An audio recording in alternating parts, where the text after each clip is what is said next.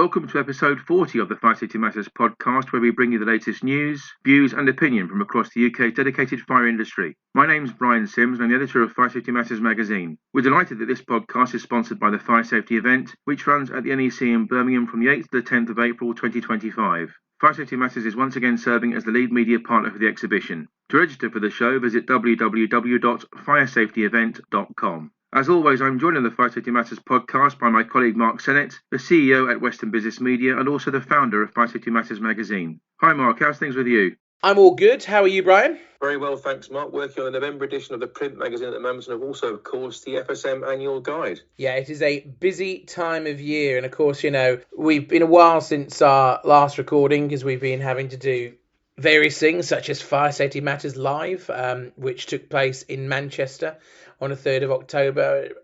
Really great day. Thank you so much to all of you that came and to everyone exhibited and sponsored. And we had over 600 people there. We did a mock trial, which we'll talk about in a little bit more detail, Warren Spencer, in a bit. And it was a really great day. And did you enjoy chairing it, Brian? It was fantastic, Mark. Again, I have to congratulate you on a great conference programme. It was lovely to see the theatre packed in throughout the entire day. People standing around the side of the hall actually queuing to get in. It was marvellous, but the content was absolutely superb, yes. Yeah, it's something I really enjoy putting together, and we're back again next year. We'll be in Coventry on the 5th of June for Fire Safety Matters Live. That will now be located with Security Matters Live, and there'll be a lot going on that day, along with the awards, which we'll talk about a bit in the evening. And on the 1st of October, we'll be back at Emirates Old Trafford Cricket Ground for FSM Live Manchester, and we've just announced that actually in 2026 we'll be doing one in London as well, so that's not until March 2026, but in my world that'll be soon upon us, Brian, and we're already getting exhibitors and sponsors in because of the exhibitors and sponsors that we're able to put them on for free for delegates, because these events do put a lot on when you're having to feed 600-700 people. It isn't cheap, but it's because of the exhibitors and sponsors that we're able to do so. And yeah, I mean, you're about to go to press with the single biggest publication that we've ever done. This year's UK Guide to Fire Safety, the Fire Safety Matters Guide, is coming out in time for December. It's the biggest one we've done. There's so much exclusive content in there. We did a survey that many of you listening took part of, and Brian is going to not only his own insights to give a review of that, or analysis of that, but also he's going to some key industry spokespeople as well to give their thoughts. So it's something, it will be a must read for sure. Well worth it when it comes out. The fruit of Brian's hard work. And so looking forward to that. And I can't believe we're already effectively getting on the run up to Christmas, Brian. So it's no rest for the wicked, but I can't complain. Now, this podcast is always split into having guests that we interview and also the news. But you don't need to wait for this podcast to come out to get the latest news, prosecution, products and services, analysis of the sector. You can go to our website at any time, fsmatters.com. Now, I don't expect you to remember the web address. Just throw into a search engine, Fire Safety Matters, and up we come. The website is a perfect one-stop shop for you, where you can sign up to get our weekly e-newsletter for free, so you can get all the latest headlines straight into your inbox every Tuesday, along with 50,000 other industry professionals. You can follow us on X, as it's now called, or LinkedIn. And you can also, on our website, look at all of our upcoming Fire Safety Matters webinars, or go back and watch again on demand any of our past webinars. You can also sign up to get copies of the magazine in digital or print formats for free. So if you haven't gone to our website, why on earth not? You're missing out. Go there, sign up. Everything is free for you guys. Please do use it. It's a great resource, so you don't have to wait for this podcast. But we're glad that you're here. And if you've got any feedback on the podcast, please use the hashtag FSM podcast in your social media posts. Please do give us a review on whatever podcast platform, like iTunes, YouTube, whatever it might be, Spotify, that you listen to us. We will very much appreciate the feedback. But as always, we start with the news. And it's actually, I think, my turn to go first, Brian, on this one. So I felt the biggest story we covered in the last couple of weeks is this one, so I want to start with it.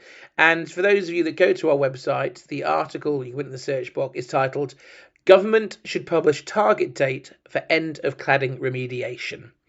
So, publishing a target date for the completion of remediation works concentrated on the removal of potentially dangerous cladding and the provisions of greater transparency on remediation performance are two key recommendations put out to central government in the pages of the latest National Audit Office report. The UK's independent spending watchdog's recommendations feature in its first report on the government's remediation portfolio, since 5 different programmes were brought together into a single portfolio in 2023. So I'm going to say this in short for the National Audit Office. I'm going to call them NAO from here. So the NAO's report follows the publication of the Quelfire Inquiry Panel's Phase 2 final report, which we covered in great detail in the last episode of the podcast.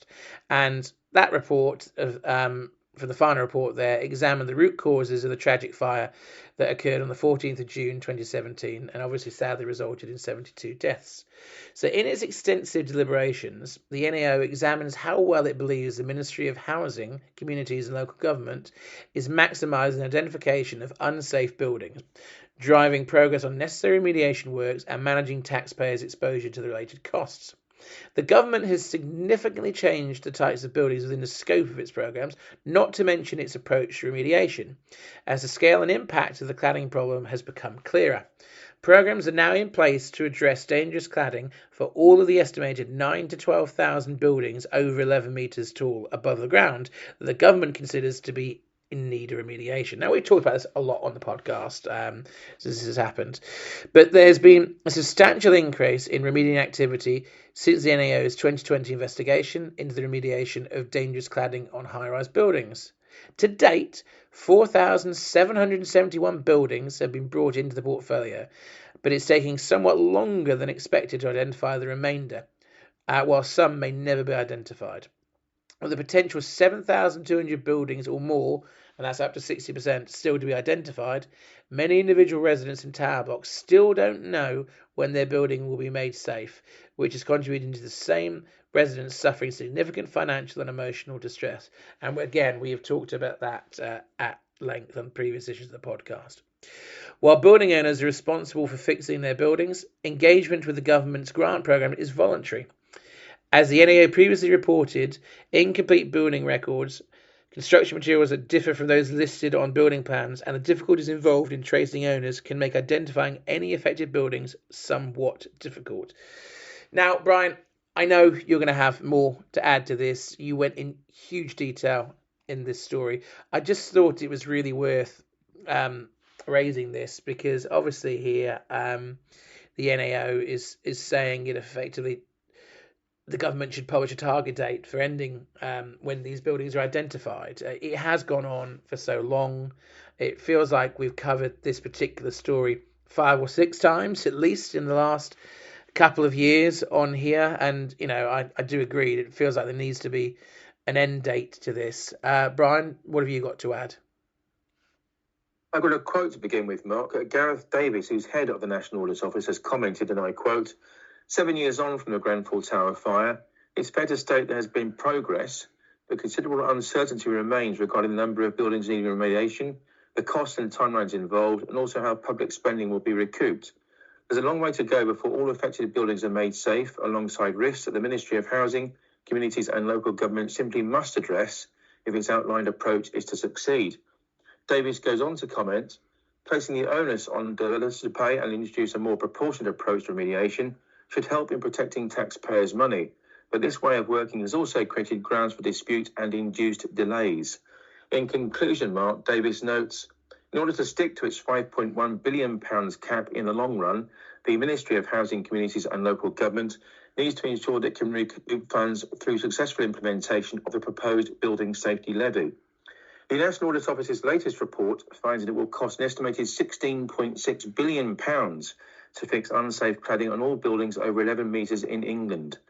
The Ministry expects to provide £9.1 billion worth of that sum, with the remainder funded by developers who have agreed to remediate buildings they developed, private owners or dedicated social housing providers. In order to keep taxpayer contributions within the £5.1 billion cap over the long term, the Ministry also plans to recoup £700 million through refunds from developers for remediation works the taxpayers already funded, Mark, and around £3.4 billion from a new building safety levy as mentioned. The latter will be paid by developers on new developments, although the government is yet to confirm payment mechanisms themselves. It doesn't expect to introduce the building safety levy until late next year at the earliest. The National Audit Office is fully aware, quote unquote, of the recent budgetary announcement in which the government has committed to improving building safety and accelerating the remediation of unsafe housing in response to the Grenfell Tower tragedy. There's going to be investment in remediation rising to over £1 billion in 2025-2026, which also includes new investment to speed up the remediation of social housing. So this is very much, as you said, Mark, an ongoing issue. Yeah, I mean, Brian, I've got to, following on from the in-depth Grenfell podcast that we did in the last episode of the podcast, we touched on it then and I'll touch on it now. It just feels like ever since that awful tragedy, it's only in this country that it takes so long to get so. We still haven't had people prosecuted. I said it on the last episode of the podcast. It's taking so long to get reports out, finish inquiries.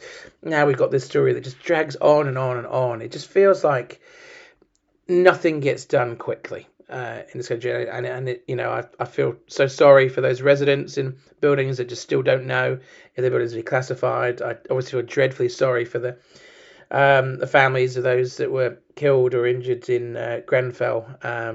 It's just, and they want justice, and it's infuriating that it's the slowest moving hamster wheel ever. But that's probably my rant over on that, Brian. What have you got for our next news story? Mitie Group plc has acquired Argus Fire, the engineering-led UK fire systems business, for a total consideration of £38 million. The transaction builds on Mitie's position as a leading operator in the UK's fire and security markets, of course. Established back in 1982, Stourbridge-based Argus Fire specialises in the design, installation, servicing and maintenance of active fire protection systems, using sprinklers and inert gas to control fire outbreaks, while also focusing its attentions on electronic fire detection and alarm systems. The company boasts a broad customer base with long-standing business relationships, having been forged across a range of sectors, among them education, healthcare, logistics and industrial warehousing, retail, construction and transport and aviation. Recent projects for the company have included the design and installation of fire suppression systems for the redevelopment of Battersea Power Station in London and across new build warehouse sites for logistics and data storage customers. For its part, Mark, Argus Fire significantly enhances Mitie's scale and self-delivered offer in the fire market, complementing the broad range of fire and security solutions added through the recent acquisitions of GBE Converge and RHI Industrials. The acquisition also delivers cross-selling opportunities across Mitie's established blue-chip customer base. What do you have to add on this one, Mark? I was talking to someone at Mitie the other day, actually, and you know, I still think plenty of people listening to this podcast might not necessarily realise that Mitie are in the fire sector. They might think more as a security or facilities management company, even cleaning they do too. But they are very much a part of this sector, and this does seem like a sensible acquisition for them. I really like covering news stories like this because, you know, often we talk about the bread and butter news story in terms of prosecutions, regulatory stuff, but actually when there's a big acquisition in the sector, it's worth discussing, and I think this will really strengthen Mitie's presence, I should say, in the sector. And so yeah, just to add a little bit more to the story, we had a quote in the article, and listen, if you want to read the article, it's on our website in the news section. You can use the search box in the search engine there too, and the title of the article is Mitie acquires UK engineering-led fire systems business Argus Fire. If you want to make that shorter, I'd probably type Mitie and Argus Fire. It will come. But Jason Taus, someone that's spoken to me at other events in the past, who is the Managing Director of Business Services at Mitie, he's commented on the acquisition. Of course he has. And he says, the acquisition of Argus Fire brings deep technical capabilities and builds on Mitie's position as a market-leading provider of project delivery, inspections and maintenance solutions across a broad range of sectors in the circa $3 billion per annum UK fire and security markets. We look forward to welcoming Argus Fire's 200 colleagues to Mitie. Matt Lincoln, who's the Managing Director at Argus Fire, added to this, we're delighted to be joining Mitie, having access to its blue-chip customer base, benefiting from its financial strength and being part of a fast-growing fire and security team will lead to greater opportunities. I'm very proud of our team, looking forward to joining forces with Mitie's complementary skills in the fire and security realms.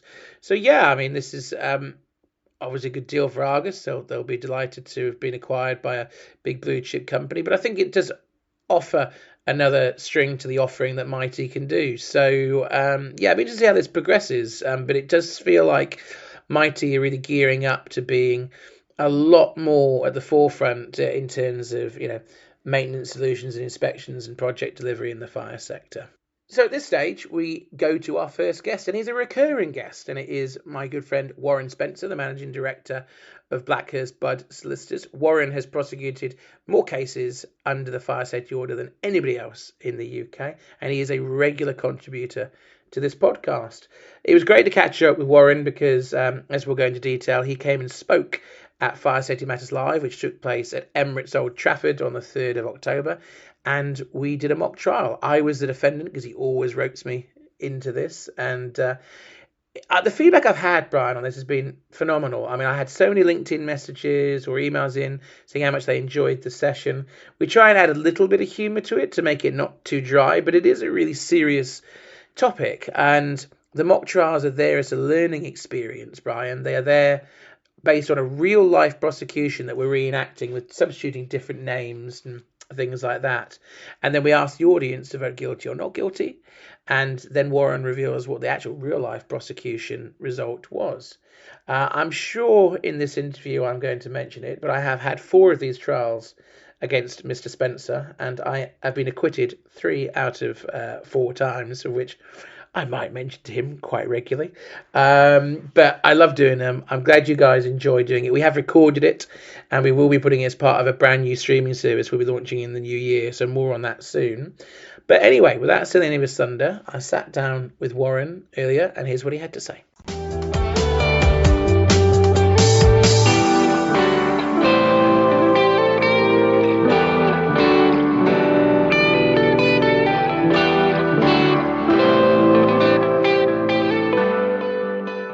Morning, Warren. How are you? Morning, Mark. I'm very good, thank you. Yep, all's good. Well, I know you've been busy. You had plenty of cases on, and you've been doing a number of training recently. And one of the things you kindly did was you came to FSM Live in Manchester, Fire Safety Matters Live Manchester Conference, which is obviously our conference. And we did a mock trial. It was packed again. Now, I love doing these with you. We have a bit of fun with it, of course, too, because obviously we're friends outside of these things, but the feedback I've had on that session was really incredible, and I love doing them because you always force me to be the defendant just to make sure I'm as invested as you are on these things. But we always get feedback of how much learning comes out of these sessions. How did you find the session? Did you get any feedback? I want to really ask you about what we covered, if that's all right. Strangely, I've had feedback from quite a number of people, fire officers who were arguing between themselves as to whether you were guilty or not guilty. And then after the event, immediately after the event, people coming up to me and saying, wow, that really made them think about fire safety in a different way and about people's responsibilities in a different way. And yeah, even yesterday I was at an event and someone said to me that they'd sort of argued on the way home as to whether you were guilty or not. Everyone seemed to have taken a different view.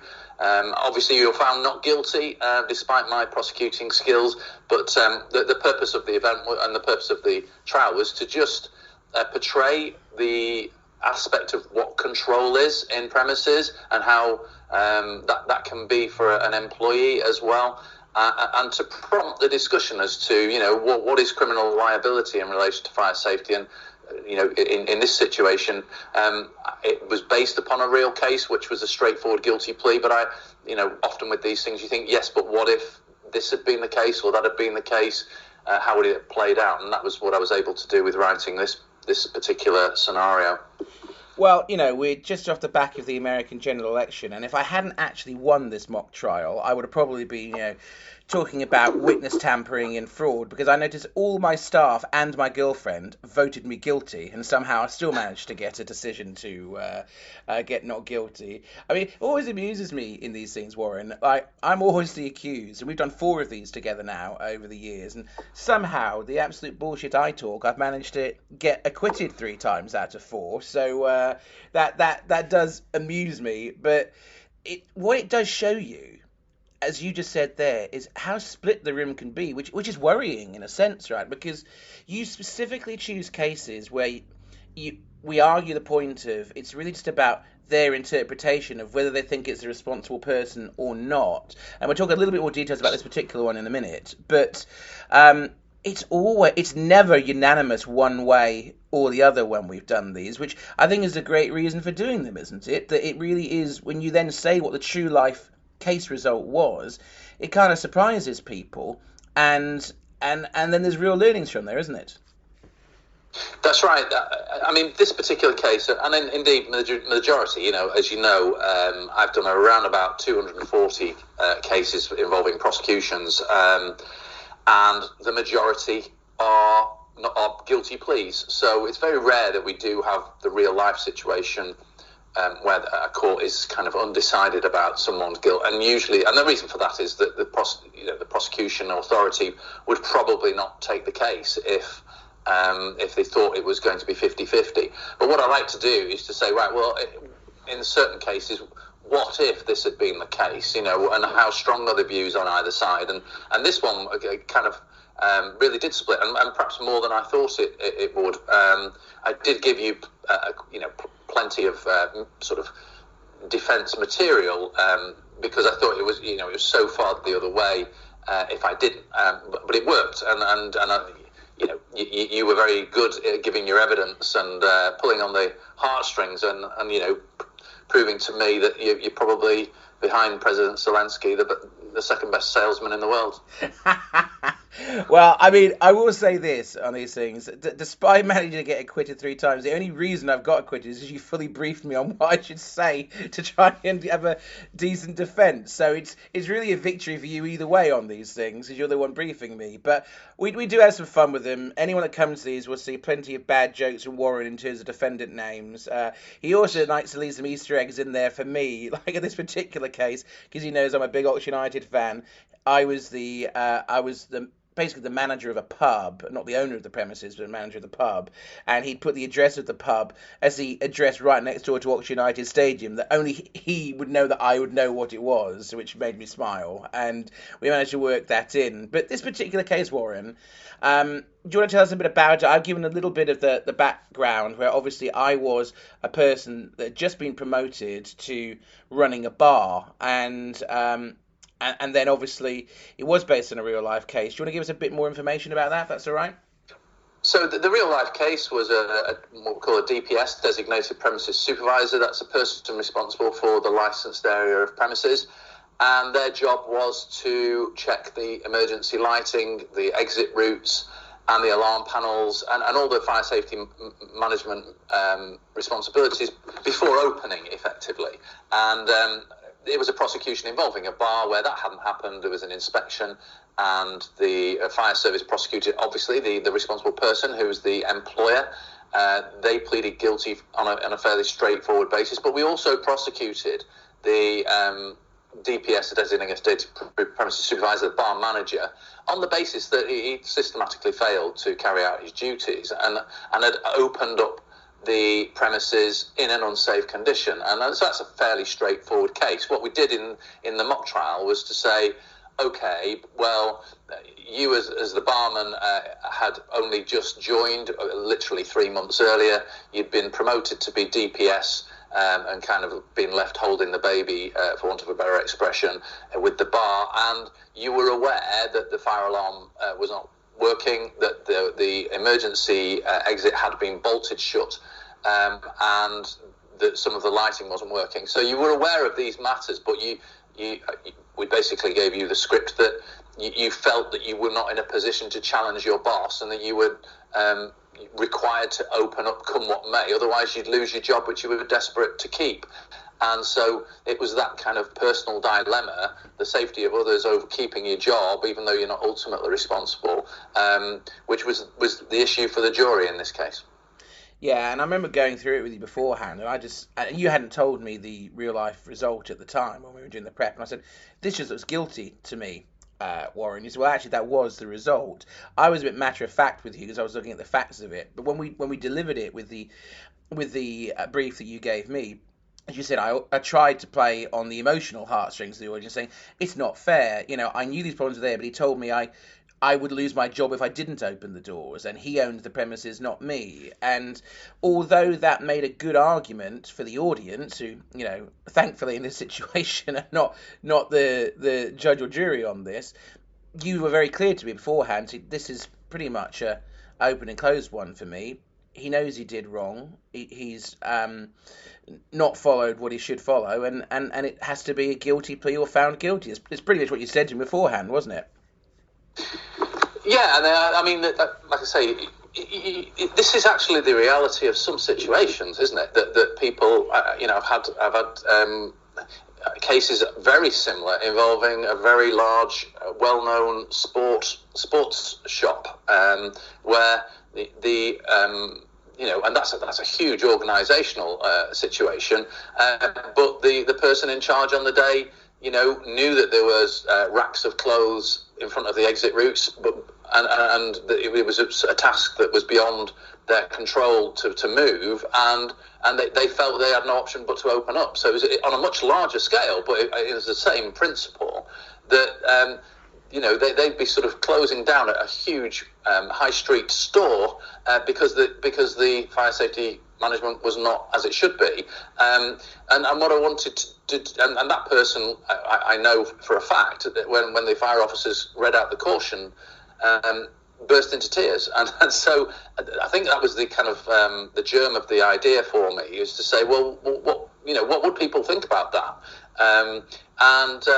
It was important that you were fearful for any consequences if you did go against the employer, and I was doing quite well with that, you were doing quite well with that, and then you piped in, I said, did the pub get busy? And you said yes, and it occurred to me, obviously this is by a football ground, and this is going to be major crowds, and when I walked away from the hearing, the mock trial, and that evening, and I thought how it had gone. I actually thought, if I'd have said, in a pub where there are a lot of fans for one particular team, what if someone had just lobbed a bottle, with flames on it, and Molotov cocktail, for whatever expression, into the entrance door. If I'd have put that to you, where would all those people have gone? That might have swung it for me. But you think about these things afterwards. But actually, someone came up to me after and said, "Oh, I would have gone into this area, and I would have gone into that area, and you should have asked him about this, and you should have asked him about that." And I said, "Look, mate, we've got an hour." But it was about making the point. So yeah, it even made me think afterwards about the way if I'd have thrown that, and that would have been a very good point. If someone had blocked the main entrance and exit with a fire, everyone would have been trapped, and I think that would have swung it for me. So my miss there. Well, you're absolutely right, and there are strange situations where these things can happen, and that is a football crowd which has. They're known to have flares. I'd see it at our games at Oxford, we have flares from time to time. They're not meant to be there. These pyrotechnical smoke bombs, whatever you want to call them, that could easily be causing a problem in a pub. And in this scenario, they wouldn't be able to get out to the exit. And yeah, I think if you'd asked me that on the mock trial witness stand, I wouldn't really been able to have any answer to it either. Going, well, yeah, okay, that we couldn't have got them out. But yeah, we've recorded that session. It will go live in the new year on a new streaming service that I'll tell you all about in December, where you can soon be able to see all of our webinars and conference sessions on demand. But, I'm really grateful to Warren that not only does he do this podcast, but he does these events for us as well, because it's an experience like no other, these mock trials, and it does take a lot of work from Warren to do. And as we've said before, Warren has been involved in more cases under the fire safety order than anybody else. And if you're looking for legal advice or anything, Warren won't say this, but I will, because he kindly volunteers his time to me.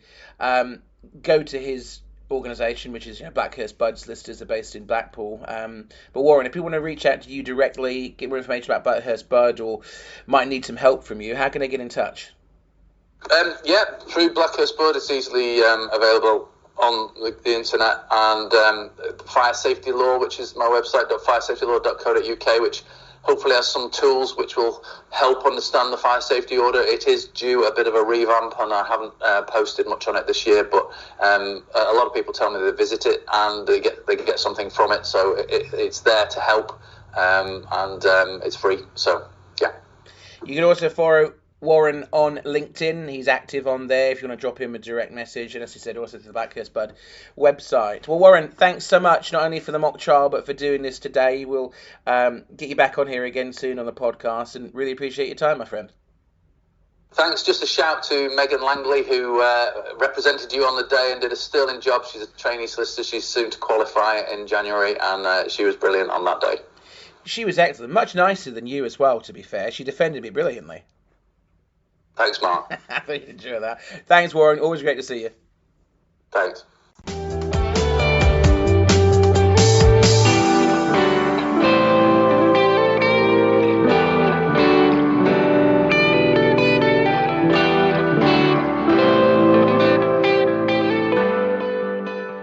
Returning to the news now, and collaborative reporting for safer structures, the confidential reporting system which allows professionals working in the built environment to report on fire and structural safety related issues, has recently received several reports of automatic opening vents being rendered inoperable by building work, including when facade materials are being replaced.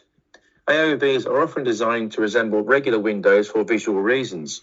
This may lead contractors to overlook their crucial function, though.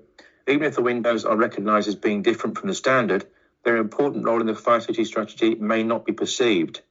The Cross UK Safety Report 1347, entitled Automatic Opening Vents Not Functional After 2 Cladding Remediations, describes 2 events where AOVs, styled to look like windows, were rendered inoperable for months after a cladding remediation project. In the first case, contractors improperly disconnected the AOVs from electrical components. In the second case, Mark, new cladding was screwed into the frame of the existing AOVs. Cross UK Safety Report 1380, entitled Automatic Opening Event Covered During Remediation Works, involved a subcontractor being engaged to apply render as the final finish of the facade post-remediation. Working on the exterior of the building from scaffolding, the subcontractor's operatives took measures to protect the AOVs from the render that was to be applied. There may have been no sign or indication that the AOVs were not standard windows, though. The applied masking would have prevented the vents from opening in the event of a fire episode. Those responsible for fire safety should ensure that the fire risk assessment is reviewed to reflect changes to risk created by any building works. During such work, there's an increased likelihood of fire, of course, particularly so if combustible materials are exposed. Elements of a building's fire safety system may not be recognised as critical by other trades or professions. Where such safety systems will be impacted by building work, a thorough review of the fire risk assessment and fire strategy must be undertaken, focusing squarely on the current evacuation strategy for that particular building. For instance, any designated stay-put approach may need to be reviewed. Consideration should also be given to interim control measures to mitigate any identified risks. Where mitigation measures remain inadequate to control the risk, consideration should be given as to whether the building remains safe to occupy. This is particularly relevant, of course, for buildings with combustible cladding during any removal works. What do you have to add on this one, Mark? Well, Brian, I assume you came across this article because you strike me as a man that would have read the at least 1,380 of the Cross UK Safety Reports. Am I right? Correct. I thought you might have done. They're obviously, very exciting titles as well when they come in here. Jokes aside, though, this is an interesting one. We cover smoke vents and stuff, but we've not covered it on this podcast in this forum before, and it's an interesting story. It's another issue of, again, making sure contractors are fully briefed on what to do and what not to do.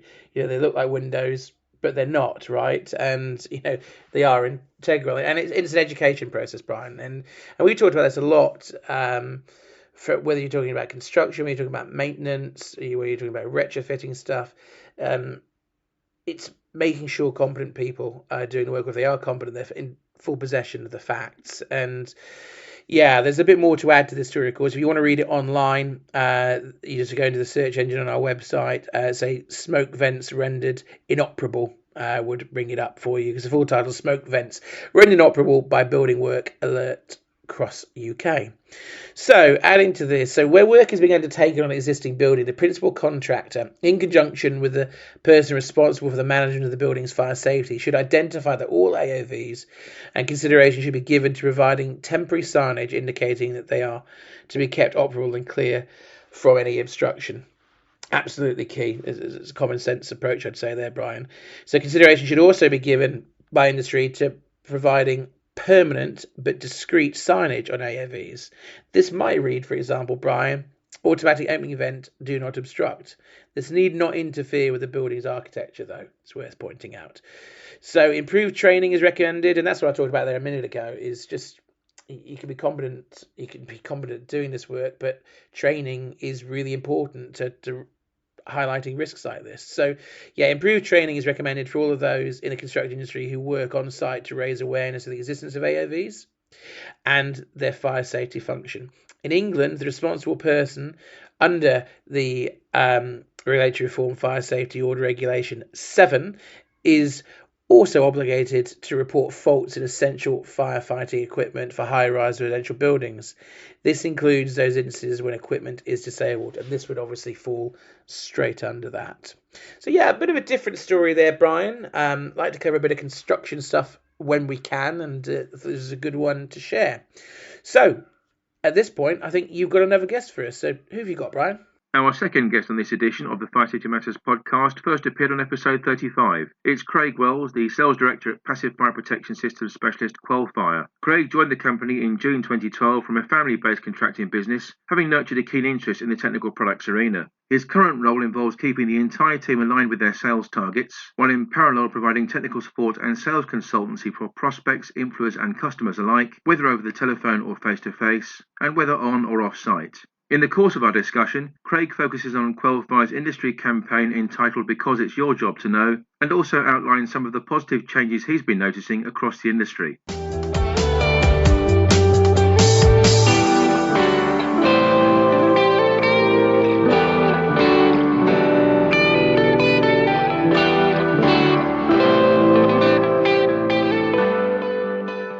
Welcome to the podcast, Craig. First of all, could you tell us all about Quelfire as a business and its key role in the industry? Yeah, thank you. So Quelfire was started in 1977. Just over 45 years experience. They're manufacturing products and solutions for service penetration sealing very specifically. So obviously passive fire protection is a very broad subject, but we tend to specialise and focus on the service penetration aspect of it. So yes, we manufacture products and obviously supply them, but increasingly we're becoming more of a trusted source of information as well. Seems to be a great demand from the construction industry in particular to get accurate, reliable, evidence-based answers, and that's really where we've positioned ourselves.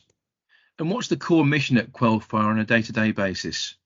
Yeah, so obviously we are a manufacturer and a supplier of products, so we sell products and systems, but as I say, we've really positioned ourselves to be a trusted source of information, believing that if we provide excellent evidence-based and reliable advice, then the sales will come naturally. And we're very, very passionate as a team about fire safety. About protecting people and property. That's our core mission, protecting people and property. We do that by giving great advice and selling great products and solutions.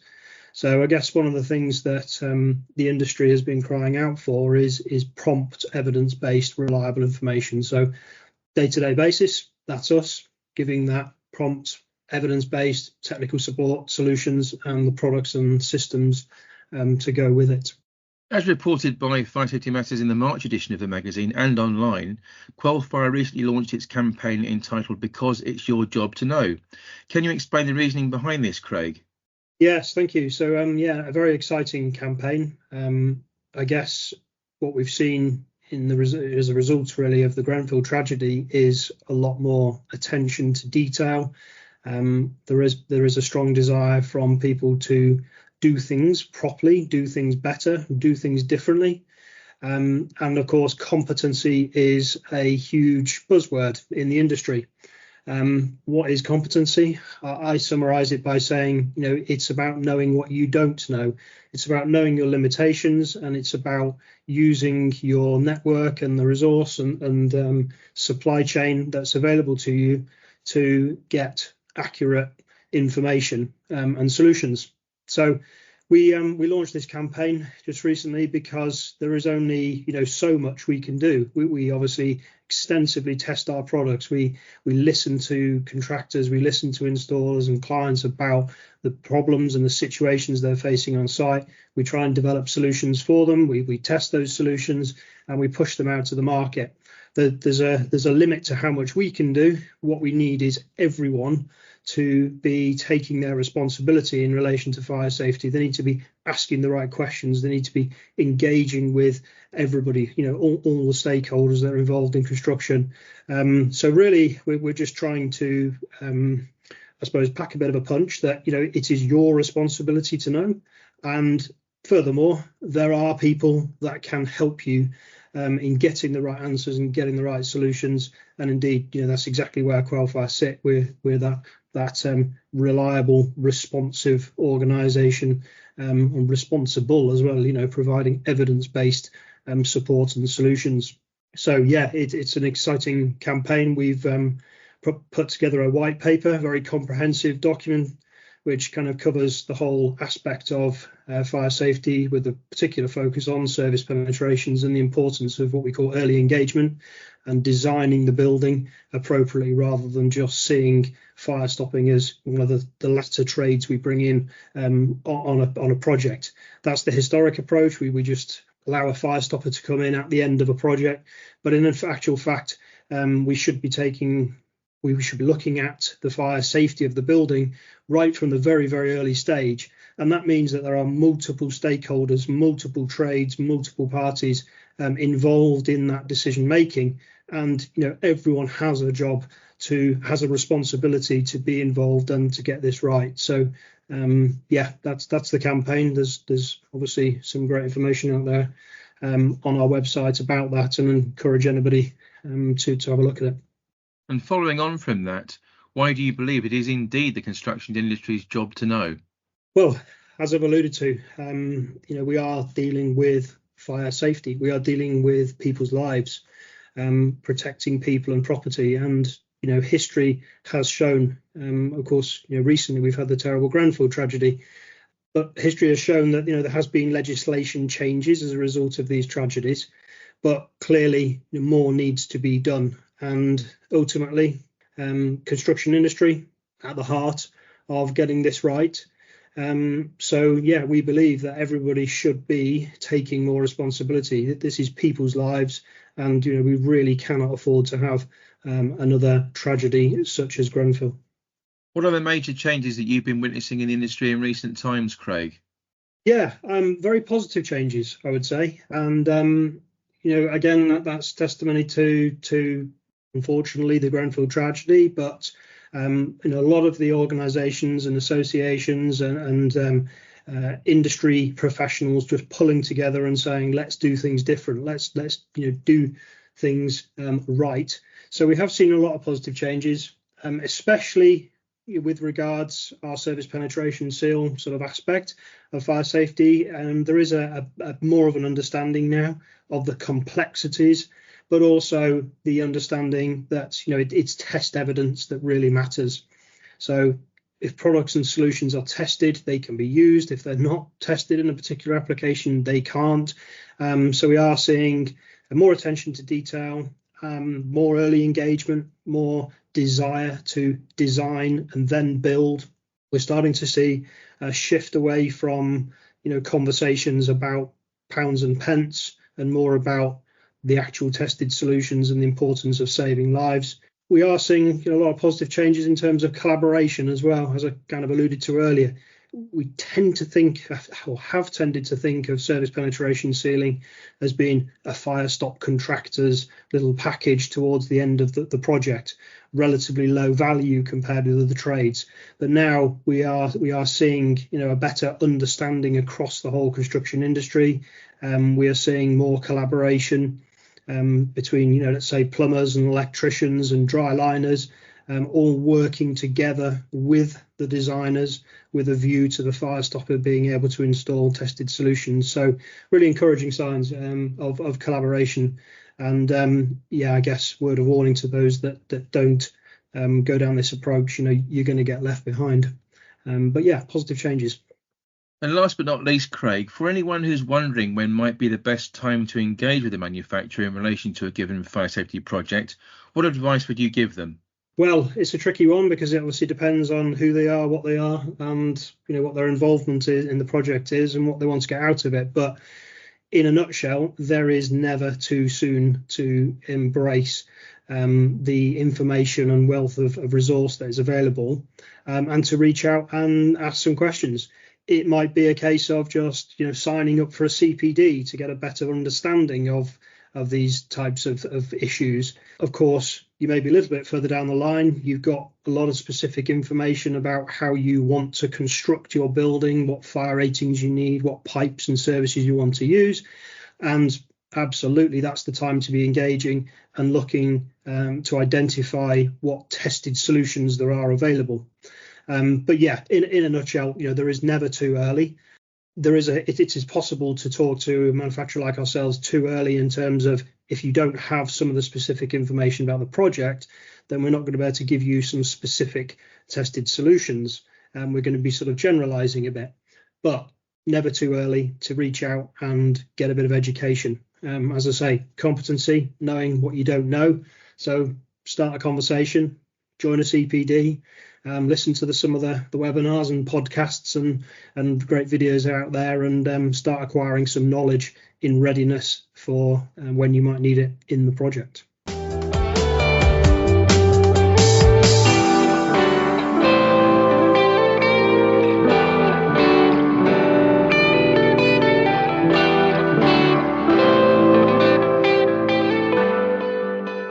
So back to the news again, and this is a bit of a more informal piece and something that I love talking about every year, and I'm delighted to confirm that this year, I should say the 2025 Fire and Security Matters Awards are now open for entries. It is completely free for you to enter, and I am absolutely delighted that our headline sponsor this year is FireQual. I think that adds even more respectability to these awards. I mean, I'm not going to lie, Brian, my favourite thing in my job that we do is the awards, because when we get a shortlist, seeing how much it means to people that they've been shortlisted, and then obviously on the night seeing it had 811 people there last year, sold out again, seeing how much it means to people, because the people listening, put their hearts and their souls into their jobs, that you do a vital job of keeping people and property safe, and that deserves being celebrated, not maligned, but like it is by certain parts of the media in the past, particularly on the health and safety side, which is a whole different podcast, Health and Safety Matters podcast that I host. And I say it there too, this profession deserves to be celebrated because it is absolutely critical in keeping people and property safe. And it's my favourite part of my job, I'm not going to lie. I absolutely love these awards, and they're only in their fourth iteration. But it's grown and grown and grown in that 4 years. And we've added some new categories this year. I won't cover the security categories, but I make no apologies for talking about the awards and to ask all of you listening to enter. It's the perfect way to get yourself, you can nominate yourself, your organisation, a team, a colleague, your team, a product, a project, a campaign, all of that can be recognised. It's not me and Brian that pick the shortlist. It's not us that pick the winners. It is independent judges who really give these awards credibility. And it is such a great way to get recognition by your peers. It only takes a few minutes to fill out. It costs you absolutely nothing. But I can tell you it means a lot to my staff when I nominate them for awards. In fact, as we're recording this, Fire Safety Matters is up for a couple of awards next week at our industry association, the PPA's Independent Publishing Company of the Year Awards. It's the Independent Publishers Awards. And Brian, I don't think it's incorrect me saying that when you won last year for Magazine of the Year, which is thoroughly deserved, that was a pretty good day, wasn't it? Well, if you're an editor of a magazine, Mark, as I have been for several years now, my career spans about just over 30 years, in fact. The two Blue Ribbon Awards you can win as an editor of a B2B magazine are Business Magazine of the Year, or obviously your Editor of the Year. Now, to win that award last year for me was, I think, the pinnacle of my career. It was fantastic reward for the effort that we all put in on the team on Fire Safety Matters, and I was massively proud of that, and I have been ever since. And you should be. And it was the team thoroughly deserve that. I would say that because I'm biased, but I mean it. And it was best day of my career too, because we also won Independent Publishing Company of the Year and a relaunch of the year for a different magazine. Well, why am I sharing this with you? Because I've got to practice what I preach here. I put our staff forward for it. Getting them and the brands recognised is important because and we feel it is, and we had a fantastic time with that, and we're still talking about it now, obviously, and fingers crossed for next week. But the same goes for what you do. These awards are here for you to recognise what you or colleagues or your organisations do, keeping people safe. Please do enter. So it costs nothing. It hardly takes any time to do it. And here are the categories: Fire Safety Innovation of the Year, Fire Safety Manufacturer of the Year, Fire Safety Installation Company of the Year, Fire Safety Project of the Year, Fire Safety Manager of the Year, Fire Safety Team of the Year, Fire Industry Woman of the Year. The new category here, Fire Safety Consultancy of the Year. And that's come straight from feedback from a number of you listening, going, well, I work in consultancy. What category can I go into? Well, you got one now. And Lucy, if you're listening, that's definitely aimed at you, who mentioned that to me.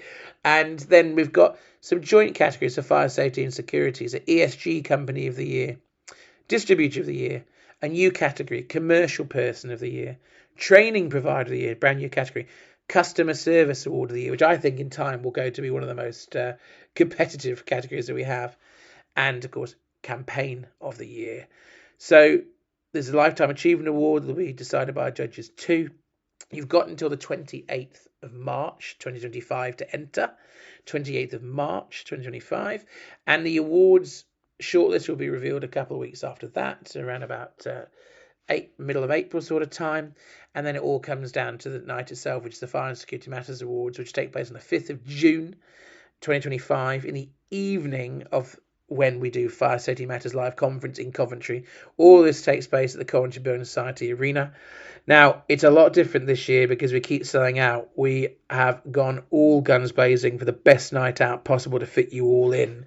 So we've got a 4,000 square metre space that we're carpeting, draping. We're putting dodgems in the back of the hall for the network drinks afterwards. We've got dance floors. I'm very much looking forward to seeing Brian cut some shapes on the dance floor.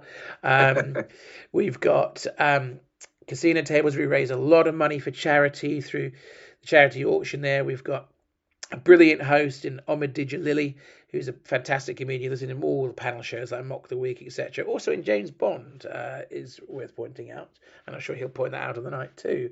And there's so much to do. We're expecting 900 to 1,000 people there. It is the industry's biggest night of celebration, and I would strongly urge you to enter and come to the night because it's a night you won't forget. It's a night that is hugely enjoyable, and I don't think anyone will have quite seen an event to this scale by the time we deliver it. I'm quite excited to have everyone there and see it. A lot of work is going into it in the meantime, but none of it can happen without you entering. And if you can make the shortlist, that's a heck of an achievement. And please do enter. It's free to do so.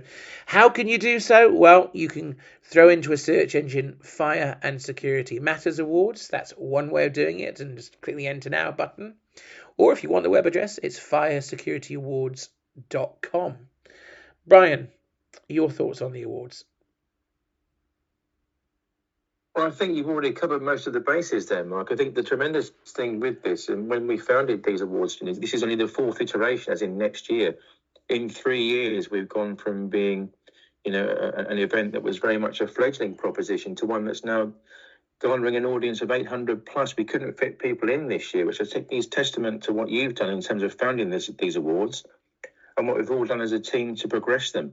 And as you rightly said, I think, if you're a journalist, if you're in the B2B media sector, the greatest thing you can do, as well as campaigning for change in the industry for the better, is to get in front of your audience and have your audience in front of you and recognise them for what they do, as the PPA recognises us for what we do. So I absolutely agree with you. It's fabulous to be in front of the audience. For us, it's doing things like this. It's webinars, it's podcasts, it's awards, it's live conferences. They're all fantastic. And I think you ought to be congratulated, Mark. You founded this magazine several years ago. I bet you couldn't have imagined in such a short space of time we'd be where we are now. No, it's grown beyond recognition of what it was, of coming in and having 3 months to get a magazine from nothing to something, and launching the fire safety event as I did back then as well. But actually, I'm nothing without the key thing is the people listening are what make this tick. You guys engage with our content. You tell us what you like, what you don't like. We strive to try and give you the best content we can, and it's your engagement that is what makes us exist. You then engage with our advertisers to keep this stuff free for you, and I'm very grateful for that, because we need you to engage with the advertisers, because they've got products that can help you in your day-to-day job. And that ultimately then allows us to pay the bills so we can keep doing this stuff. And also very grateful to all of our commercial partners for their unbelievable support as well. And obviously the team like Brian, Leanne, Alex, Esty, and Chris Watley and many more that work on these brands for keeping us doing what we're doing. So yeah, it's grown a lot. But I said I've got huge satisfaction for how much these awards are going, because this isn't about me. It's not even about our awards brand, the FSM Awards. It's actually about what it means to the sector.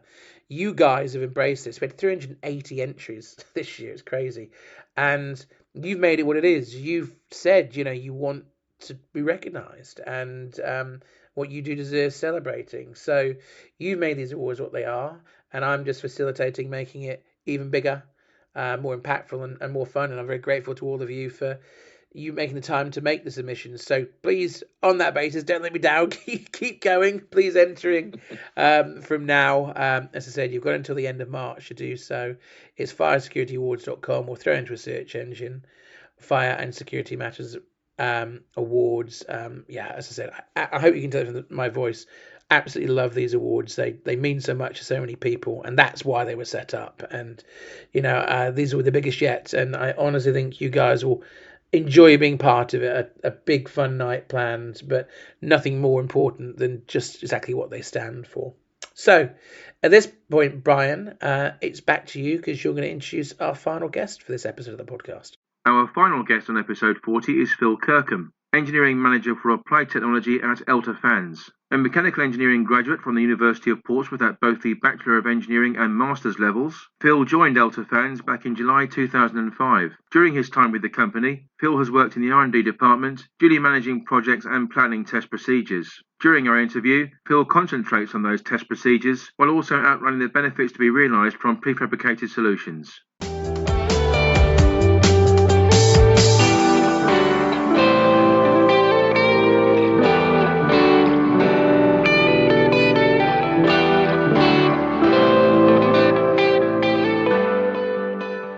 Well, thank you very much for joining us on the podcast, Phil. First of all, why is a smoke fan essential for the ventilation system in a given building?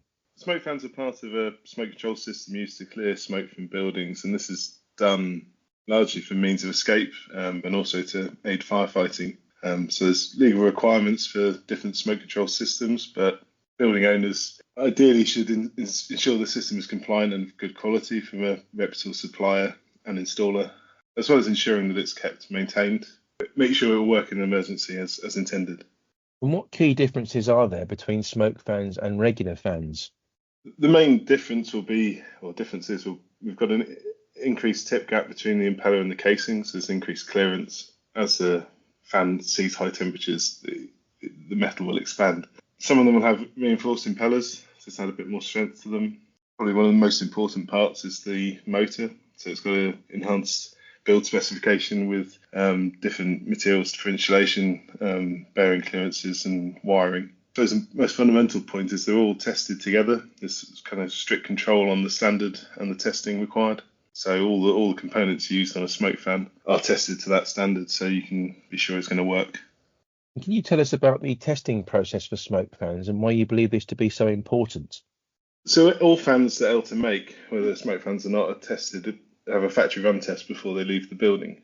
But smoke fans have to undergo high temperature testing and certification before they can be sold. Elta over the years have carried out must be over 140, 150 tests as we expand our range. So this is actually testing. It will work at 300 or 400 degrees C for 2 hours. And then the fans have to be certified to EN1 to 101 Part 3 through, in our case, through BSI. The entire product and system manufacturing process at Elta resides here in the UK, of course. What's the reasoning behind this, Phil? So we've got some key suppliers in the UK. We work with some very good foundries.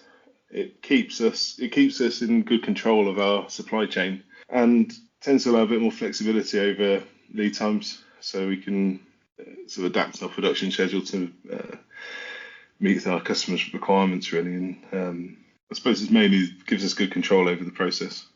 Aside from being fully manufactured here in the UK, is there anything else that makes Elta's offer different to other smoke fan manufacturers? We've recently added prefabrication option to our range. So this is a fully tested sub-assembly, if you like, for a smoke control system where the fans and some ancillaries can be attached to a mounting frame with large feet, so they can be delivered to site in one package, ready to be delivered, ready to be installed without having further sub-assembly. Finally, what advantages do those prefabricated solutions afford customers? So everything we would supply on a prefabricated assembly is all certified together. So all the components have been tested together and are part of our fan range. So the customers can know they're all going to work together as intended.